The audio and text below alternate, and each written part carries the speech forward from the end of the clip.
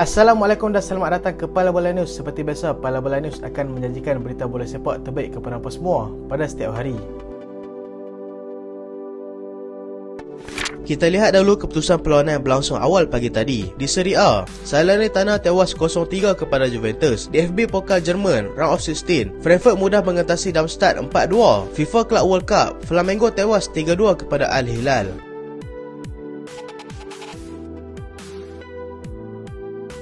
Kita lihat sebentar perkembangan bola sepak negara. Luqman Hakim sah sertai kelab Division 2 Iceland. Penyerang muda negara, Luqman Hakim Shamsuddin meneruskan kerjaya bola sepaknya bersama pasukan baru yang berpangkalan di Iceland. Pasukan itu yang kini sedang beraksi di Division 2 Liga Negara itu membuat pengumuman secara rasmi melalui satu video berdurasi selama 39 saat di media sosial mereka tentang kedatangan Luqman Hakim ke kelab itu. Luqman akan diberikan jersey bernombor 30 dan akan memulakan saingan pada 11 Februari nanti. Difahamkan yang Luqman hanya dipinjamkan ke kelab Iceland itu selama satu musim sahaja sebelum akan kembali ke kelab asalnya, di mana dia telah menandatangani kontrak selama 5 tahun bersama mereka sejak 2020 yang lalu.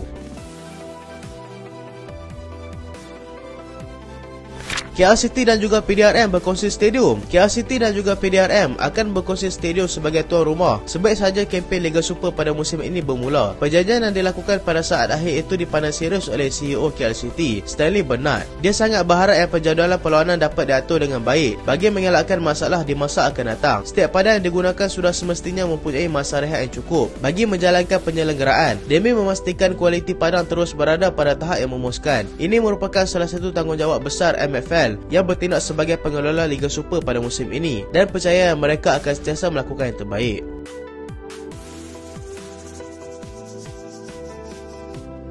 Juventus kembali dengan rentak kemenangan. Masalah dalaman dan kontroversi yang berlaku kepada Juventus sudah pasti memberikan kesan kepada tahap prestasi mereka. Mereka yang tewas sebelum ini dalam perlawanan Liga kepada Monza 2-0 tempoh hari, kini berjaya mendapatkan keyakinan semula selepas berjaya menewaskan Salernitana 3-0 di tempat lawan awal pagi tadi. Dusan Vlahovic yang dikatakan mengalami penurunan prestasi berjaya meledak 2 gol pada minit ke-26 dan penalti pada minit ke-47 permainan. Filip Kostic terlebih dahulu menjadikan gol kedua pada minit ke-45. Sekaligus memberikan 3 mata berharga untuk mereka yang kini dalam misi untuk terus kekal dalam Serie A.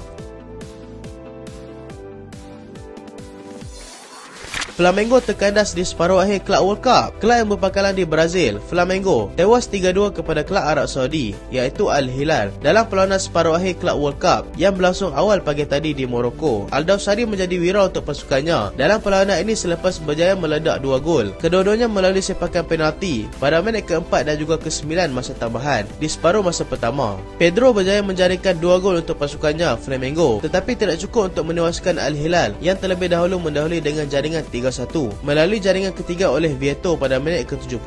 Mereka akan bertemu dengan pemenang pada separuh akhir kedua antara Real Madrid dan juga Al Ahly yang akan berlangsung awal pagi nanti.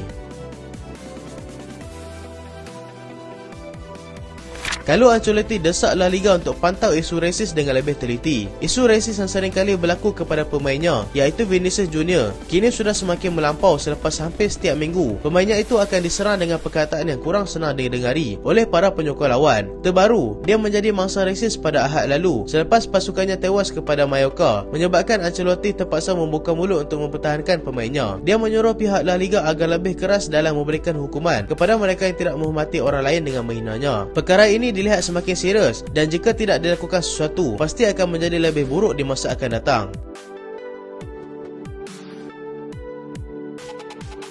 Paris Saint-Germain terima kabar gembira. Tiada apa yang lebih gembira buat pengurus pasukan PSG, Christophe Galtier, apabila beberapa anak buahnya yang mengalami kecederaan akan mula turun berlatih dalam skuad utama. Neymar yang sebelum ini terpaksa diketepikan akibat kecederaan sudah kembali bersama pasukan dan juga pemain pertahanan Sergio Ramos. Dengan adanya kedua pemain ini, Galtier mendapat sedikit kelegaan apabila mereka akan turun menentang Marseille nanti yang merupakan antara lawan paling mencabar di peringkat domestik. Dalam pada itu, Renato Sanchez, Presnel Kimpembe dan Kylian Mbappe masih lagi tidak bersama pasukan kali ini untuk terbang bertemu dengan Marseille.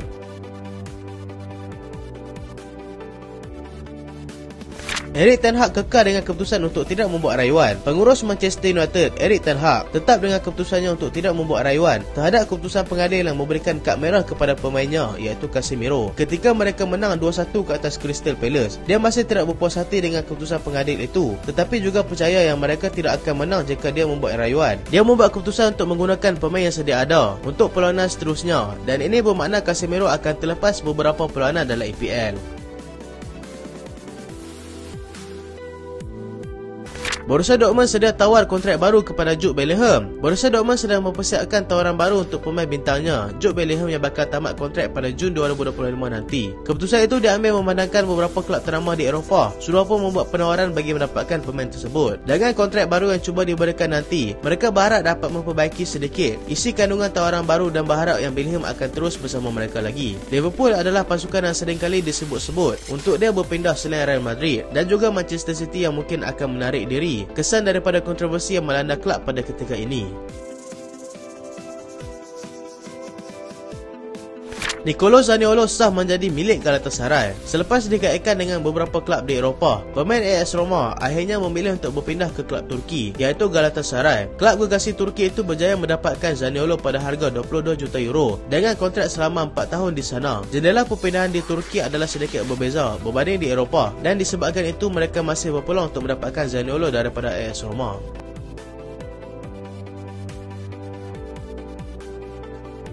Arsenal dan Chelsea bersaing untuk dapatkan pemain West Ham United. Arsenal dan Chelsea kini sedang dalam perebutan untuk mendapatkan pemain bintang West Ham United iaitu Declan Rice. Rice yang sudah membuat keputusan untuk keluar mencari kelab yang lebih besar untuk mendapatkan pengalaman bermain di peringkat tertinggi Eropah. Diletakkan nilai sekurang-kurangnya 120 juta pound jika mereka mahu mendapatkannya. Manchester United dipercayai telah menawarkan 100 juta pound untuk Rice pada tahun lalu, tetapi telah pun ditolak. Joško Gvardiol tawar diri ke Real Madrid. Pemain antarabangsa Croatia, Joško Gvardiol, telah menawarkan diri untuk menjadi pemain Real Madrid selepas kelab itu tidak berupaya untuk bayar sebanyak 100 juta euro untuk mendapatkannya. Dia mempunyai kontrak sehingga Jun 2027 bersama RB Leipzig. Dilihat mahu memburu lebih kejuaraan bersama kelab yang lebih konsisten di peringkat tertinggi Eropah. Paris Saint-Germain beri saingan kepada Barcelona untuk dapatkan pemain Man City. Barcelona yang sudah menyatakan minat untuk mendapatkan pemain Manchester City iaitu Bernardo Silva akan menerima saingan daripada pasukan PSG yang secara tiba-tiba datang untuk mendapatkannya. Bernardo Silva sudah menyatakan hasrat untuk berpindah keluar, tetapi masih belum diberikan kebenaran untuk berbuat demikian sehingga hujung musim nanti. So itulah berita untuk kali ini, dan terima kasih sebab tak sampai habis. Jangan lupa like, jangan lupa share, jangan lupa subscribe. Aku Solehan. Assalamualaikum.